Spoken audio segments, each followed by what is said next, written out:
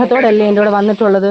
ഞാൻ ചോദിക്കട്ടെ, ഞാൻ ചോദിക്കട്ടെ, നിൽക്കത്തില്ല. അല്ലല്ല, നിങ്ങൾക്ക് വേണ്ട, നിൽക്കത്തില്ല, ഞാൻ എഴുതാൻ പറ്റും. വേണ്ട എങ്കിൽ ആദ്യം ഒന്ന് അബോട്ട് ആയതാണല്ലോ. അപ്പൊ ഞാൻ പറയുന്നു ശരി, പ്രൊട്ടക്ഷൻ എടുക്കണ്ട, എനിക്കത് ഇഷ്ടമല്ല എന്ന് ഞാൻ പറയുന്നുണ്ട്. അപ്പം നിങ്ങൾ നിങ്ങളെ സേഫ്റ്റി നോക്കിക്കൂടായിരുന്നോ? അപ്പം നിങ്ങൾക്ക് ഇനിയും ഒരു കുഞ്ഞുണ്ടാവും എന്നുള്ളത് അറിയാമല്ലോ.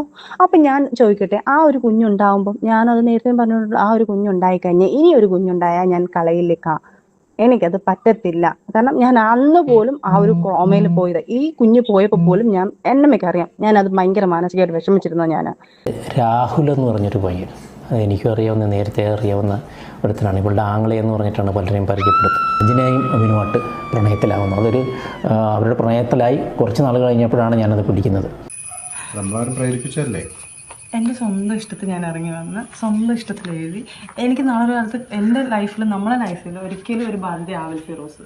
എനിവേ, പൂക്കുട്ടിച്ചേട്ടന്റെ കൂടാതെ ഫിറോസ് ഖാൻ കൊണ്ടുവന്നിരിക്കുന്ന മറ്റു ചില പുതുമുഖ താരങ്ങൾ ആരൊക്കെയാണ്? 1 by 1 ആയിട്ട് കടന്നു വരട്ടെ. രാഹുൽ എന്ന് പറഞ്ഞൊരു പയ്യൻ, അത് എനിക്കും അറിയാവുന്ന, നേരത്തെ അറിയാവുന്ന ഒരുത്തനാണ്. ഇവളുടെ ആംഗ്ലേ എന്ന് പറഞ്ഞിട്ടാണ് പലരെയും പരിചയപ്പെടുത്തുന്നത്. അങ്ങനെ സജിനെയും അഭിനുമായിട്ട് പ്രണയത്തിലാവുന്നു. അതൊരു അവരുടെ പ്രണയത്തിലായി കുറച്ച് നാൾ കഴിഞ്ഞപ്പോഴാണ് ഞാനത് പിടിക്കുന്നത്. നമ്മളാരും പ്രേരിപ്പിച്ചല്ലേ? എൻ്റെ സ്വന്തം ഇഷ്ടത്തിൽ ഞാൻ ഇറങ്ങി വന്ന് സ്വന്തം ഇഷ്ടത്തിൽ എഴുതി. എനിക്ക് നാളെ കാലത്ത് എൻ്റെ ലൈഫിൽ, നമ്മളെ ലൈഫിൽ ഒരിക്കലും ഒരു ബാധ്യത ആവില്ല ഫിറോസ്. അതിന് വേണ്ടിയിട്ട് എഴുതി. ഓക്കെ.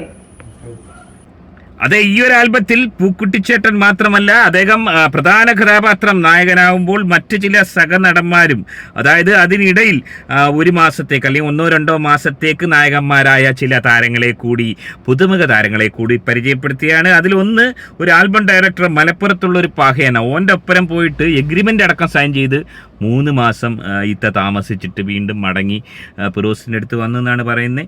അതുകൂടാതെ എന്ന് നിന്റെ മൊയ്തീൻ സംവിധാനം ചെയ്ത ആ ഒരു പഹയനായ ഒരു ഡയറക്ടർ, ഓൻ്റെ ഒപ്പരം കുറച്ച് ദിവസം, അതിനുശേഷം അവിടെ നിന്നും തിരിച്ചു വരുന്നു. ചുരുക്കം പറഞ്ഞു കഴിഞ്ഞാൽ പിന്നെ വേറൊരു പഹയൻ്റെ കാണിക്കുന്നുണ്ട്, ഓളുടെ കൂടെ ഉണ്ടായിരുന്നു. പിന്നെ ആദ്യം ഓൻ കല്യാണം കഴിക്കുന്നതിന് മുമ്പുണ്ടായിരുന്ന ഒരു പഹയൻ നിയാസ്. ഇങ്ങനെ ചുരുക്കം പറഞ്ഞു കഴിഞ്ഞാൽ ഒരു 10-17 പഹയന്മാർ. എന്തുവാടെ ഇത്, വല്ലാത്തൊരവസാനം. ഇത് കാണുമ്പോഴത്തേന് നമ്മുടെ പൂക്കുട്ടിച്ചേട്ടൻ വിചാരിക്കുന്ന, ഓൻ ഇന്നലെ തന്നെ മെഡിക്കൽ ചെക്കപ്പിന് പോയി കാണും.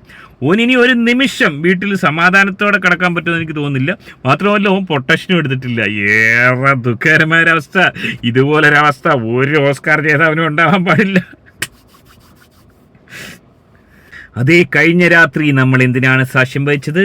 അതേ, സോഷ്യൽ മീഡിയയിലൂടെ നിരവധി ആളുകൾ നെഞ്ചിലേറ്റിയ സജിന എന്ന് പറയുന്ന സജിന നൂർ, അല്ലെങ്കിൽ സജിന ഫിറോസ് ആയിരുന്ന സജിന നൂർ, അതുപോലെ തന്നെ ലോകമെമ്പാടുമുള്ള മലയാളികളുടെ അഭിമാനമായ റസൂൽ പൂക്കുട്ടി എന്ന ഓസ്കാർ ജേതാവ്. ഇവരുമായി ബന്ധപ്പെട്ട കോൺട്രവേഴ്സി കഴിഞ്ഞ വട്ടം വന്നപ്പോൾ ഞാനൊരു വീഡിയോ ചെയ്തിരുന്നു. അതായത് റസൂൽ പൂക്കുട്ടിയുടെ ബോംബെയിലെ വീട്ടിൽ, മുംബൈയിലെ അന്തേരിയിൽ പോയി സജിന നൂർ ഗർഭവുമായി ബന്ധപ്പെട്ട് ഗർഭമേറ്റെടുക്കണമെന്ന് പറഞ്ഞ് പ്രശ്നമുണ്ടാക്കിയെന്ന് പറഞ്ഞൊരു വീഡിയോ ചെയ്തപ്പോൾ ചില ആളുകളെങ്കിലും നമ്മളെ പഴിച്ച്, സജിനത്ത് അങ്ങനൊന്നും ചെയ്യില്ല, സജിനത്തയ്ക്ക് പൂക്കുട്ടി സാർ ദൈവത്തെ പോലെയായിരുന്നു, ഒരു മാതൃകാ സുഹൃത്തുക്കളായിരുന്നു എന്നൊക്കെ പറഞ്ഞ ചില ആളുകൾ പൊട്ടിത്തെറിച്ച കള്ളഹിമാറുകളെ. അനക്കൊക്കെ ഇപ്പോൾ എന്താണ്, നാവിറങ്ങിപ്പോയോ? എന്താണ് സംഭവിച്ചത്? ഏറെ ഞെട്ടുളവാക്കുന്ന, അറപ്പും വെറുപ്പും ഉളവാക്കുന്ന സംഭവങ്ങളാണ്. ഇതുമായി ബന്ധപ്പെട്ട് പരാതി കൊടുക്കാനാണ് ഉദ്ദേശിക്കുന്നതെങ്കിൽ ഒരു കാര്യമില്ല. ഇത് ഞാൻ പ്രൊഡ്യൂസ് ചെയ്ത വീഡിയോയോ ഓഡിയോയോ ഒന്നുമല്ല. ഇത് ഫിറോസ് ഖാൻ എന്ന് പറയുന്ന പഹയനാണ് പുറത്തുവിട്ടിരിക്കുന്നത്. എന്തെങ്കിലും പരാതി ഉണ്ടെങ്കിൽ ഓനെതിരെ കൊടുക്കുക, 2 ആൾ എന്നാണ് പറയാനുള്ളത്. ഒരുപക്ഷേ സോഷ്യൽ മീഡിയ കണ്ടതി വെച്ച് കഴിഞ്ഞ ദിവസം ഹസീന നാലാഞ്ചിറയുടെ കവിത കഥകൾ നമ്മൾ കേട്ടതാണ്, ദുരന്തം നമ്മൾ കണ്ടതാണ്. അതിനെയൊക്കെ മറികടക്കുന്ന, ഒരുപക്ഷേ ഞെട്ടില്ല എന്ന് കരുതിയിരിക്കുന്നവർ പോലും ഞെട്ടിത്തരിച്ചു പോകുന്ന ഒരു അവിഹിത കഥ. അതായത് ഇതിലൊരു ബെഞ്ച് മാർക്ക് തന്നെ, ഈ കേൾക്കുന്ന ശരിയാണെങ്കിൽ ഇതിലൊരു ബെഞ്ച് മാർക്ക് തന്നെ സജിന താത്ത സെറ്റ് ചെയ്തിരിക്കുന്നു. എന്താണ് സംഭവിച്ചത്? വളരെ വിശദമായി പരിശോധിക്കാം. വീഡിയോയിലേക്ക് പോകുന്നതിന് ആദ്യ വീഡിയോ ആണ്, വീഡിയോ ഒന്ന് ലൈക്ക്, ചാനൽ സബ്സ്ക്രൈബ് ചെയ്ത്, വീഡിയോ ഒന്ന് ഹൈപ്പ് ചെയ്ത്, ഫേസ്ബുക്കിലും ഇൻസ്റ്റാഗ്രാമിലും പേജ് ഫോളോ ചെയ്ത് കാണാൻ ഉറപ്പായും ശ്രദ്ധിക്കുക. എത്രയും പെട്ടെന്ന് ഒരു ലീഗൽ സംഭവം എടുത്തിട്ട് ഇവനെതിരെ കേസ് ഫയൽ ചെയ്യുക. ഫിറോസിനെതിരെ. ഫിറോസിന്റെ കയ്യിലത്തെ ഏറ്റവും വലിയ ആയുധമാണ് നീ പ്രഗ്നന്റ് ആണെന്നുള്ളത്. നിങ്ങളുടെ കുബുദ്ധി കാരണം. ഇനി എനിക്ക്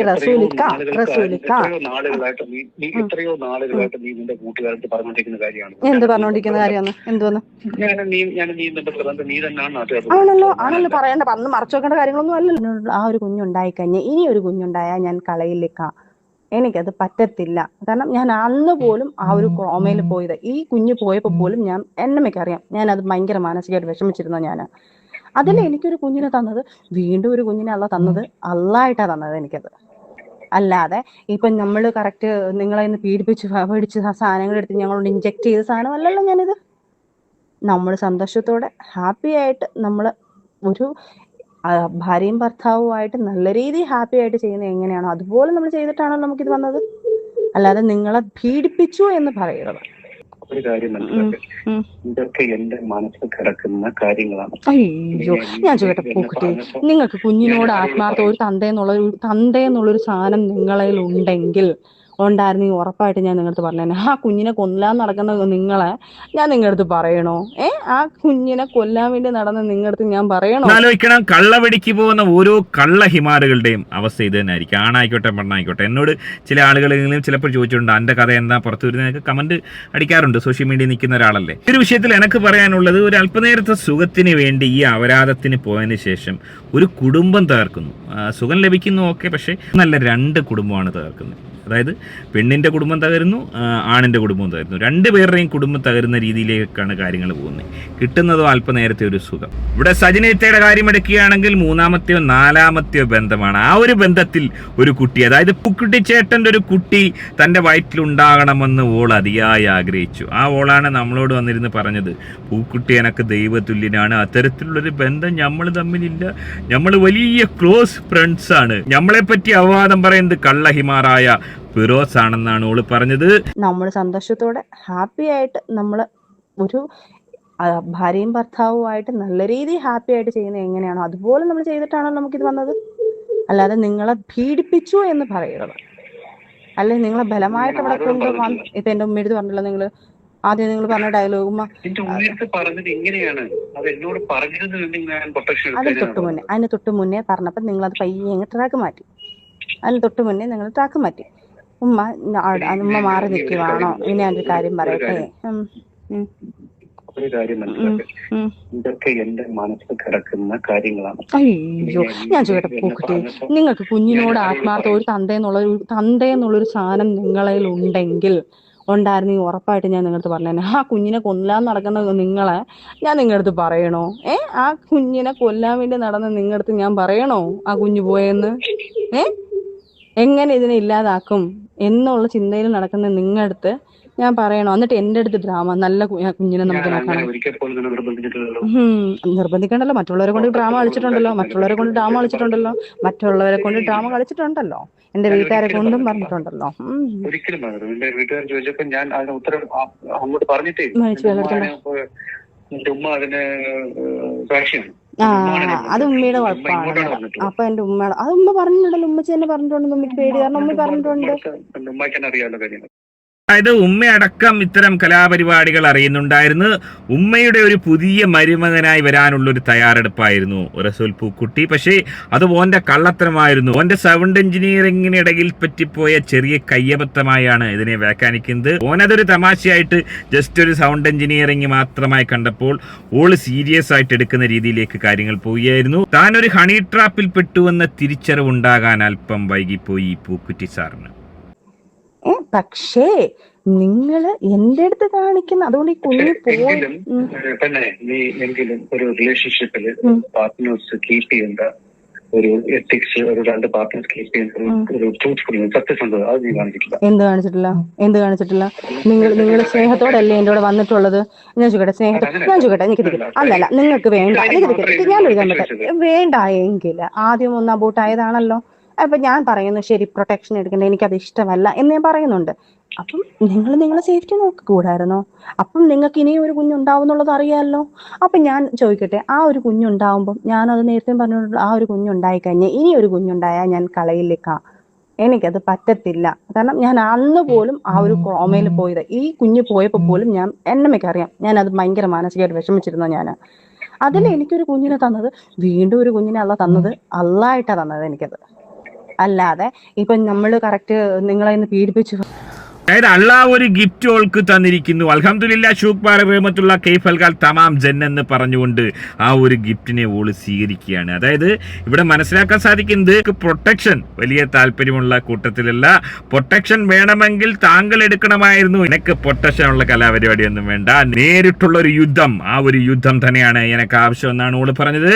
അത്തരത്തിൽ ഒരു അറ്റംപ്റ്റിന് തയ്യാറായ പൂക്കുട്ടി ഒന്നല്ല 2 തവണ, ആദ്യം ഒരു വട്ടം ഗർഭിണിയാവുന്നു, അത് അബോട്ടാവുന്നു, അതിനുശേഷം വീണ്ടും ഗർഭിണിയാവുന്നു. അതായത് താജ് ഹോട്ടൽ വിവാന്തയിൽ വെച്ച് കോഴിക്കോടാണ് ഈ ഒരു ഗർഭവുമായി ബന്ധപ്പെട്ട ആ ഒരു നിമിഷമുണ്ടായതെന്നാണ് പറയുന്നത്. ഏറെ ഞെട്ടലുളവാക്കുന്ന സംഭവങ്ങൾ തന്നെയാണ്. അവിടെ നിന്ന് സംസാരിച്ചു നമ്മളെല്ലാം ഓക്കെ ആയതിനു ശേഷമാണല്ലോ ആ സംസാരം ഫിറോസ് പറഞ്ഞല്ലോ. ഞാനിപ്പോ എന്റെ മെസ്സേജ് ഞാൻ പ്രഗ്നന്റ് ആണെന്നുള്ള സാധനങ്ങൾ ഇനി നിങ്ങൾക്ക് പറ്റത്തില്ല എങ്കിൽ അതായത് ഈ കുഞ്ഞ് അന്നമ്മ പറഞ്ഞ കണക്ക് ഇനി ഇത് നിങ്ങളുടേതാണോ എന്നുള്ളൊരു ഡൗട്ട് തോന്നുന്നു, അതിനുള്ള റിസൾട്ട് ഞാൻ അത് എടുത്തു തരാം. അതും വേണമെങ്കിൽ നിങ്ങൾ ഇന്ന് ഇങ്ങനെ പറഞ്ഞെങ്കിൽ അത് നാളെ നിങ്ങൾ അതും പറയും. അതും പറയുന്നുള്ളൊരു വ്യക്തിയാണെന്നുള്ളത് എനിക്ക് മനസ്സിലാവുന്നുണ്ട്. ഞാൻ നിന്നോട് ഒരു കാര്യം മനസ്സിലാക്കിയിട്ട് നീ വളരെ ശ്രദ്ധയോടെ കേൾക്കണം, ക്ഷമയോടെ കേൾക്കണം. ഓക്കെ, എല്ലാവരും സംസാരിച്ച് ഇറങ്ങിപ്പോയതിനു ശേഷമാണ് നീ എന്നോട് ഈ കാര്യം പറയുന്നത്. മോനെ ഒന്ന് പോയിക്കോ അവിടെ പോയിരുന്നേ. ഞാൻ അതിന് വലിയ ഷോക്കായിരുന്നു, മനസ്സിലായോ? വളരെ ഷോക്ക്ഡോ? എന്ത് നിങ്ങൾ കുഞ്ഞു പോയോണ്ടോ? നീ അങ്ങനെ അല്ലല്ല നിങ്ങൾ കുഞ്ഞു പോയെന്നോ?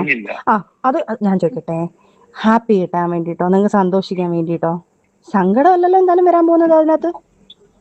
ആ കുഞ്ഞു പോയെന്നുള്ള സങ്കടത്തില് റസൂൽ പൂക്കുട്ടി കിടന്ന് കരയല്ലല്ലോ ചെയ്യുന്നത്. അതെന്തായാലും ഉണ്ടാവാൻ പോകുന്നില്ലല്ലോ അവിടെ.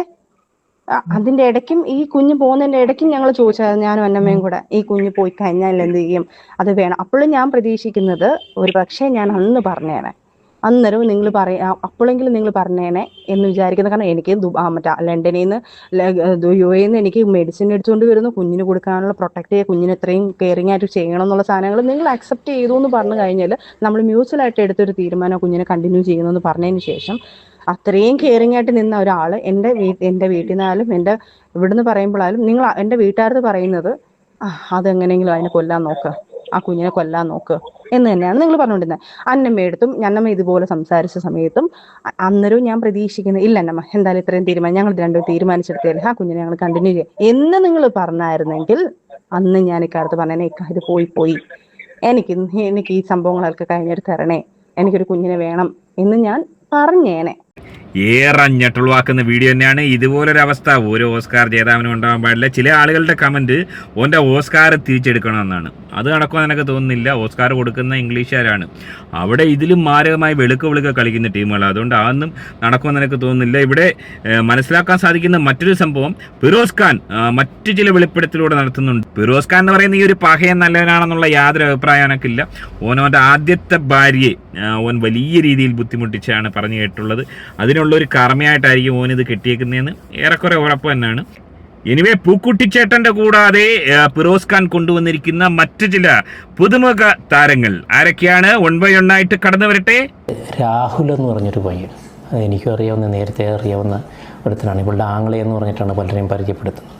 അങ്ങനെ ഇവളുടെ ഒരു ഫ്രണ്ടിൻ്റെ വീട്ടിലേക്ക് ഇവനെ കൊണ്ടുപോവുകയും ലാസ്റ്റ് അവനുമായിട്ട് ബെഡ് ഷെയർ ചെയ്തത് ആ വീട്ടുകാർ അത് കണ്ടുപിടിക്കുകയും അങ്ങനെ ഇവൾ കരഞ്ഞ് കാല് പിടിച്ച് അത് പറ്റിപ്പോയതാണെന്നൊക്കെ പറഞ്ഞു. പറ്റിപ്പോയതാണെന്നും അവൾ നേരത്തെ പറഞ്ഞ അയാളിരിക്കുന്ന സാധനം. അങ്ങനെ സജിനയും അഭിനുമായിട്ട് പ്രണയത്തിലാവുന്നു. അവരുടെ പ്രണയത്തിലായി കുറച്ച് നാൾ കഴിഞ്ഞപ്പോഴാണ് ഞാനത് പിടിക്കുന്നത്.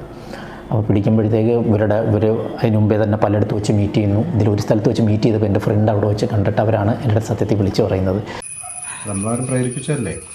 എൻ്റെ സ്വന്തം ഇഷ്ടത്തിൽ ഞാൻ ഇറങ്ങി വന്ന് സ്വന്തം ഇഷ്ടത്തിൽ എഴുതി. എനിക്ക് നാളെ ഒരു കാലത്ത് എൻ്റെ ലൈഫിൽ നമ്മളെ ലൈഫിൽ ഒരിക്കലും ഒരു ബാധ്യത ആവില്ല ഫിറോസ്, അതിന് വേണ്ടിയിട്ട് എഴുതി. ഓക്കെ,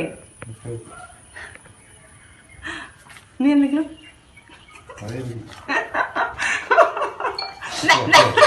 അതെ, ഈ ഒരു ആൽബത്തിൽ പൂക്കുട്ടിച്ചേട്ടൻ മാത്രമല്ല, അദ്ദേഹം പ്രധാന കഥാപാത്രം നായകനാവുമ്പോൾ മറ്റ് ചില സഹനടന്മാരും, അതായത് അതിനിടയിൽ 1 മാസത്തേക്ക് അല്ലെങ്കിൽ 1-2 മാസത്തേക്ക് നായകന്മാരായ ചില താരങ്ങളെ കൂടി, പുതുമുഖ താരങ്ങളെ കൂടി പരിചയപ്പെടുത്തിയാണ്. അതിലൊന്ന് ഒരു ആൽബം ഡയറക്ടർ മലപ്പുറത്തുള്ള ഒരു പാഹയാണ്. ഓൻ്റെ ഒപ്പരം പോയിട്ട് എഗ്രിമെൻ്റ് അടക്കം സൈൻ ചെയ്ത് 3 മാസം ഇത്ത താമസിച്ചിട്ട് വീണ്ടും മടങ്ങി ഫിറോസിൻ്റെ അടുത്ത് വന്നെന്നാണ് പറയുന്നത്.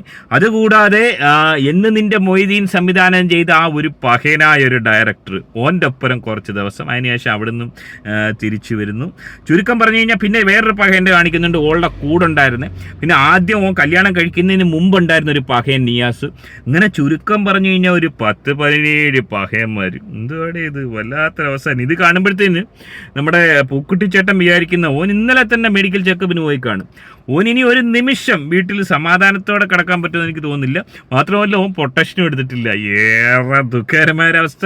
ഇതുപോലൊരവസ്ഥ ഒരു ഓസ്കാർ ജേതാവിനും ഉണ്ടാവാൻ പാടില്ല. ഫിറോസ് എന്ന് പറയുന്ന പഹയൻ ഓൻ്റെ കാര്യത്തിലും തീരുമാനമായി, പൂക്കുറ്റിച്ചേട്ടൻ്റെ കാര്യത്തിലും തീരുമാനമായി, സജിനയുടെ കാര്യത്തിലും തീരുമാനമായി. അവരെ ഒന്നിപ്പിക്കാൻ വേണ്ടി ആരെങ്കിലും ആഗ്രഹിക്കുന്നുണ്ടെങ്കിൽ, ചില ആളുകൾ, ചില ബ്ലോഗർമാർ പറയുന്ന കേട്ട് അവർ തങ്ങളിൽ വലിയ ബന്ധമുണ്ട്. ആ പഹയന്മാർ മനസ്സിലാക്കേണ്ടത് ഇവർ ഒന്നിച്ചു കഴിഞ്ഞാൽ എത്രത്തോളം ദിവസം ഇത് മുന്നോട്ട് പോകുമെന്ന് തീർച്ചയായും മനസ്സിലാക്കേണ്ടിയിരിക്കുന്നു. കേട്ടുപഴകിയ അവിഹിതങ്ങൾക്ക് പകരമായി ഒരു പുതുമയുള്ള ഒരു അവിഹിത കഥ തന്നെയാണ് അവതരിപ്പിച്ചിരിക്കുന്നത്. അടുത്ത സീരിയലിൽ തീർച്ചയായും ഏഷ്യാനെറ്റിൽ പരിഗണിക്കാൻ പറ്റുന്ന, അല്ലെങ്കിൽ ഏഷ്യാനെറ്റിലോ ഏത് ചാനലിലോ പരിഗണിക്കാൻ പറ്റുന്ന ഒരു കഥ തന്നെയാണെന്നുള്ള കാര്യത്തിൽ യാതൊരു സംശയവുമില്ല. എങ്ങനെയാണ് നിങ്ങളതിനെ കാണുന്നത്? ഈ ഒരു അവസരത്തിൽ നിങ്ങൾക്ക് എന്താണ് പറയാനുള്ളത്? നിങ്ങളുടെ അഭിപ്രായം കമന്റ് അറിയപ്പെടുന്നത്. ആദ്യമായിട്ട് വീഡിയോ കാണുന്ന വീഡിയോ ഒന്ന് ലൈക്ക്, ചാനൽ സബ്സ്ക്രൈബ് ചെയ്ത് വീഡിയോ ഒന്ന് ഹൈപ്പ് ചെയ്ത് കാണുക. മറ്റൊരു വീഡിയോ ആയിട്ട് കാണാം. ബൈ.